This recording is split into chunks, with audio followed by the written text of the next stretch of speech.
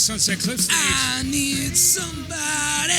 So you've got a great voice, which is the cool thing about Chevy Metal. I'm hanging out right now with my old friend Taylor Hawkins, as well as Wiley and Brent. Good to see you, man. It's so good to have you here. Good to see you, brother. You know, absolutely. Now, always good to see you. Yeah. We've known each other a long time. We have, man. We were friends back when you were in the Alanis Morissette's band. In the 90s, baby. That's right. We hung out all the time. We were just running around New York City or wherever. Being wild animals. We were certainly wild animals. We're much more tame now, which is a good thing. But I got to say that I love that, you know, when you started doing this on the off time when you had with the Foo Fighters and doing Chevy Metal, this was the greatest thing because every time we would hang out anyway, we would just talk about all the songs we loved and sing like classics. Absolutely, absolutely. I mean, Chevy Metal, me and Wiley started it back in 2001, 2, I don't know. And it was during a break in the Foo Fighters when Dave was playing with Queens of the Stone Age and I had nothing to do. And I was like, in high school, I played in cover bands a lot. Yeah. And I was like, well, let's do another one. Yeah. And it kind of just went from playing little Mexican restaurants in the valley to like playing at the KAABOO Festival. Yeah, absolutely, which is so cool. And I remember that you did that great show, like one of the Bottle Rock nights up there as well. Bottle Rock, we did the after show. It was amazing up there. I love that. So what did you guys play the first time you got together and did the covers? What was on that set list? Do you remember? Yeah, there was, what was the Skinner song that we did? 38 Special. Yeah. No. Oh, you did Saturday Night Special? Saturday Night Special. What a great tune. Yeah. Yeah, we did Aerosmith. I think we did the old Pink Floyd song, Set the Control for the Heart of the Sun. Yeah. Some serious, like... Yeah, the whole... What James Gang? I love those guys. We did The Bomber. Oh, that's so cool. Do you also do, like, Walk Away or any of that stuff? Or... We did Walk Away. Yeah, I love that, too. Yeah. Originally, the intent was to play deep cuts. Yeah. We didn't want to be like a wedding band. You know? Yeah, right. We wanted to do stuff. We called it.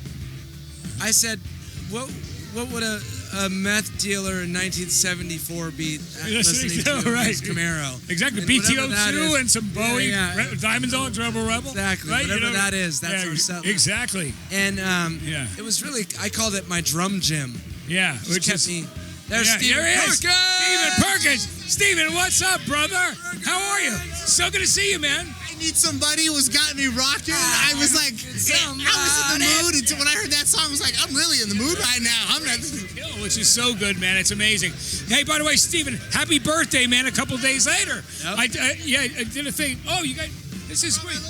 Hey, how you doing? Little mini Perk. How are you, buddy? Your dad is a badass drummer. One of my. Yes, he knows.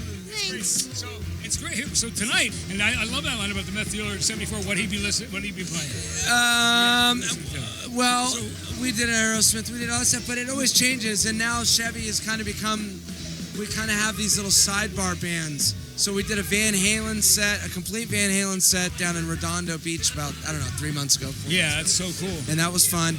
And now I was lucky enough to become friends with one of my heroes, Steve Perkins, right there. Nice. And so we're going to be doing mainly Jane's Addiction and Porno for Pyros tonight. That is so cool. Just so fun for me, and I get to be Perry Farrell for a night. And around the XXX era we're talking about, without the dreads, though, right? What do you think? Yeah, I don't have my dreads. The dreads, I'm not doing the dreads. I thought about maybe braiding my hair, but that's great.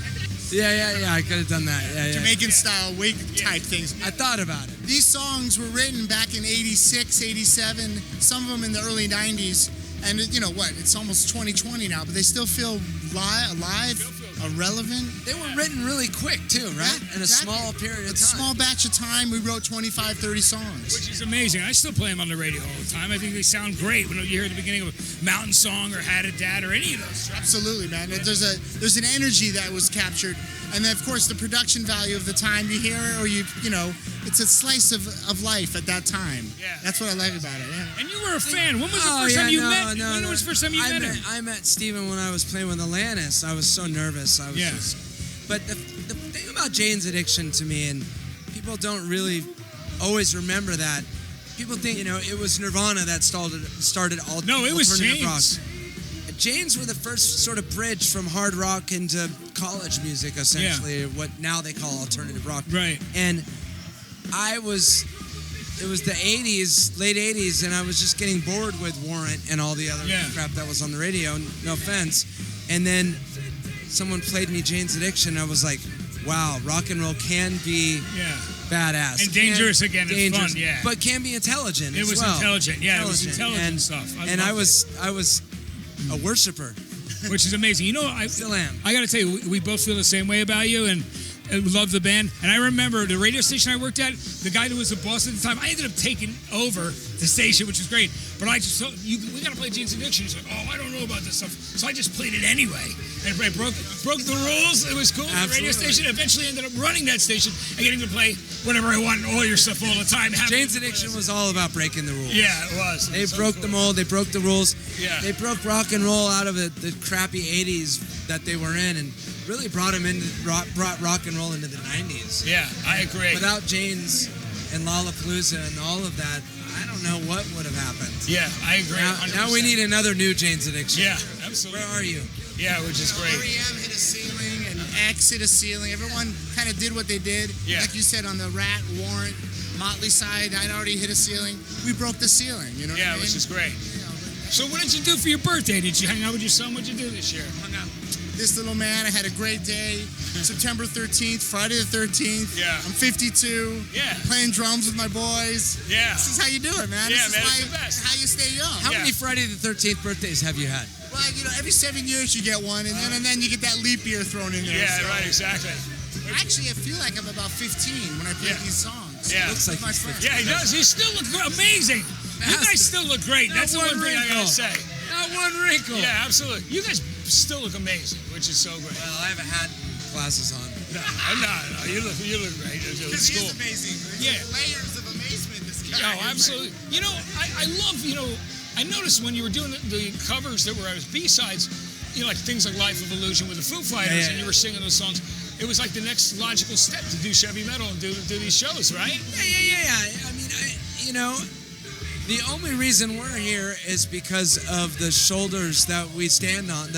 Standing on the shoulders of giants. I've heard that term before. Yeah. And I'm just an amalgamation of Roger Taylor, Stuart Copeland, and Steve Perkins, and Alex Van Halen, and Neil Peart, and all of that. All those guys we love. All those guys that I love, and my favorite singers, from Perry to Freddie to David Lee Roth to Dave Grohl to Kurt Cobain. Yeah, all great. They're all great. I was there that day we did that when you did the Foo Fighters Garage Tour. It was in Yonkers, New York, and it was. I remember that was a winner on my show, and it was great because you guys were so cool. You went and hung out with that winner, and he had a signed Night at the Opera for you, which was great. He has a signed Night at the Opera, which is great with all the Queen members on it, right? Which is amazing because not many people have it with Fred. No, Brian May is missing. Oh, Brian May is missing. So I have to get him. And you performed it with Brian May and Roger so many times. Next time it comes to LA, one day. You're like, man, come on, just gotta complete this thing, which would be really cool, which would be awesome. The quad circle. Yeah, it's got to be done. And I meant to ask you, what did you think of Bohemian Rhapsody? You and I are big Queen heads. What was your? I loved it because I took my kids to go see it, and they cried their eyes out, and they loved it. And instead of listening to Drake, not that there's anything wrong with Drake, but instead of listening to sort of computer-made music, they wanted to listen to Queen.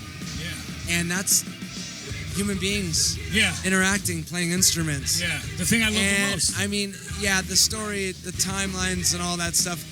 If you know a lot about Queen, know that. Like when you and I, their first tour of America, they were doing Fat Bottom Girls off jazz. It's like they'd already toured here like 6 times by then. But but it didn't matter. They had to fit the whole story in an hour and a half. Yeah, so exactly. It is what it is. Yeah, that's why. But I loved it though, and I love the Elton John movie as well. So did I. I thought Rocket Man was great, and people complained, and I was like, I thought Taron Egerton killed it. I thought it was great. I mean, I think some people were kind of bummed about the like musical side. Yeah, I didn't mind it. Yeah, I was fine with it. Mind it at all. Because all the acting offset it, which was so great, and the regular drama part. It was all good. Yeah, which was really. I wonder what the next one's gonna be. Yeah, no, I'm not really sure. I think there should be a Van Halen one. Yeah, there's got to be about the early days of Van Halen before they made it big. Yeah. I think a Jane's Addiction one. Yeah. Oh, that'd be amazing. There's so many. There's so many people we'd love to see to make films about, which would be great. Absolutely. So were you guys just friends from? How long did you guys know each other when you decided to do it? We were friends. I was his drum tech. Yeah. Oh, you and we were. I was actually I had this band with Dange, our original guitar player, and he was going to find us a drummer. Yeah. And we would hang out at his house, go swimming, jam, party, hang out. And then he's like, fuck it, I'll be your drummer. Yeah, which is great. Which is so cool, man. That's great. I'm so glad you did, because it's. I mean, your enthusiasm for songs, like that's the thing that made you and I become friends. Because you and I talked about records with that passion. We were like so into it, and which we still are. I never lose that passion. I never do either. You know what I mean? I can't pass a record store. Yeah, I know, right? You go in, I'm like, you're probably like me. You'll go into every bricks and mortar record store, try to buy one thing just to keep them there, right? Absolutely. No matter what, which is so cool. Yeah, so tell me, Brent, about you getting into it. I've jammed with them off and on for a few years back in the day. Yeah. And, I moved back to my hometown of Tennessee, and they got Brent in the band. Yeah. And I just do shows every now and then when they want Van Halen. Yeah. So you're Mick tonight. Yeah, right? I'm Mick. I'm not Brent. I'm Mick. But Mick, the funny thing about Mick is he's an amazing guitar player. Yeah. One of the greatest guitar players I've ever played with. Yeah. He can do a spot-on Eddie Van Halen better than anyone I've ever heard. Yeah. And one time we were playing at that rehearsal studio in North Hollywood, Mates. Mates. Yeah, you've been there. It was Mates. And he started practicing Eruption, and Slash ran into the room, and he thought Eddie Van Halen was in the room with us. That's amazing. That's so cool. Mick's a great artist as well, but and he's got a lot of other projects. But Are you just on the road for a little while? I haven't been touring much lately. Oh, right. Doing passion projects a lot, really. Yeah, that's cool. That's good, though.